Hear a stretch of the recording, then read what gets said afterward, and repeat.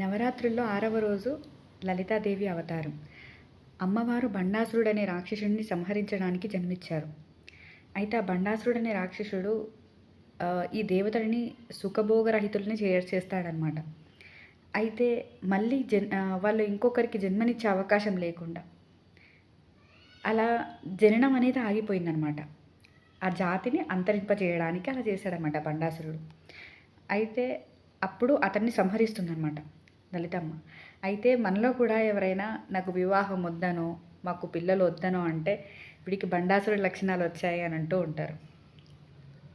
అదనమాట బండాసురుడి స్టోరీ. అలా ఆ లలితమ్మ వారిని దర్శించడం వల్ల, ఆమెకి పూజించడం వల్ల మనకి ఇలా నెగిటివ్ ఆలోచనలు అనేవి ఉండవు. ఎందుకంటే నీ తరతరాలు ఉద్ధరింప చేయడానికే నువ్వు వివాహం చేసుకుంటావు. అలాంటి వివాహాన్ని వద్దనుకునే నీకు మైండ్లో వచ్చిందంటే నీకు ఆ బండాసురుడి యొక్క లక్షణం అనేది కనిపిస్తుందని.